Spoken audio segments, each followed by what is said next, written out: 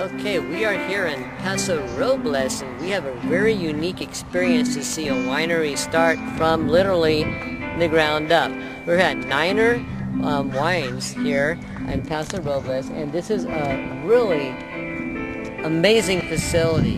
There's a culinary events are going to be planned here, all kinds of great wines. Their winery is almost like, my best I could describe it, is a hospital for wine. It's sterile, it's organic, it's amazing, it's pristine. I've never seen a winery like this, and all I can say is this is going to be a project to watch as these vines of Cabernet and Merlot, everything behind us in the heart, as you see back there, all of this comes into bloom in the next few years.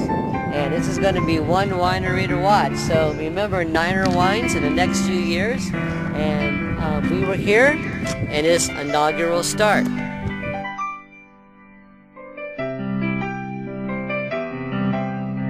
you're working with the vibrating table, this is where you don't work with this. It works on its own. You can sort of see from the way it's attached. Actually, not from my winery equipment and design class, but from my winemakers that I interviewed before I moved down here to Paso. So I was offered this job, and I had about a month before I moved down here, and I was living up in Napa. And so I took out my wines and vines business directory. I don't know if you guys know this, but it's like huge. It's basically like a huge telephone book of like all the wineries and all the associated businesses in this country. And anyways, I looked up a bunch of wineries that were about the same target size, 50,000 cases was what were our final size, and just called up winemakers and asked them to come and see their place and tell me the goods, bads, and uglies of their place. I took a bunch of pictures, took a bunch of notes, but one of the things, seems like a minor thing, but it's one of those constant headaches, because that's what's on people's mind when you ask them, what would you change about your wine? But host stations. Put them everywhere. You never have enough. So we have host stations all very well situated in every location. And the host station isn't just a host station, it has everything. It has electric, 3-phase plus regular 120, it has water, it has gas. We're making our own gas. We're pulling nitrogen out of the air. We have a nitrogen gas generator outside. So that's really cool, rather than having to deal with ordering tanks and using them tanks all the time.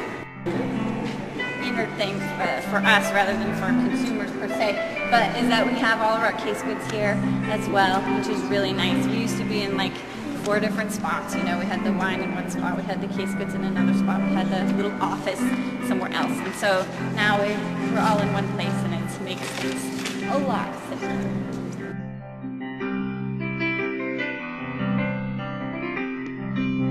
Here that I didn't have at the custom crush facility. The custom crush facility where we were making the wines had like 12 to 15 different clients for tanks this size. And usually by the time I brought in my reds, they were filled with whites that were slow fermenting at cold temperature and were never coming out. And so I was forced to combine lots, or else be in a tank that was technically too large for the lot that I was bringing in. 16. Wow. That's it.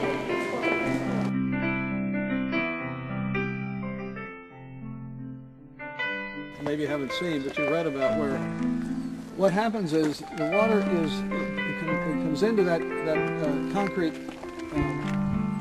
thing there. It's then distributed very, very, very slowly through those white pipes. That bin is very, very deep. Well, say very deep. It goes down about 10 feet or more of gravel. But the water will come up to just above that gravel. It sort of be level with the top of it. And we're waiting only because the plants are very sensitive at first, and we didn't want to take any chance of a freeze that would kill them. We're about to plant in here the kinds of plants whose roots consume the bad stuff in water. It'll take something like 2 weeks to travel through that. And in that time, it completely It gets rid of any bad stuff and makes it into potable water. It starts at the other side of it, and we won't stop there. But that first step of the process, as we're calling it, is what in most situations would be the only step, because that's aeration of the water, and it stays in there for quite some time, so that the water that comes here would be about as good as would normally be used, except for human drinking. But the combination gives us that ultra clean, mostly so that we can use it, as I said, both for the vineyards and for everything else. And while we were at it, it made sense to do this. It's very difficult to change, to introduce one of the elements.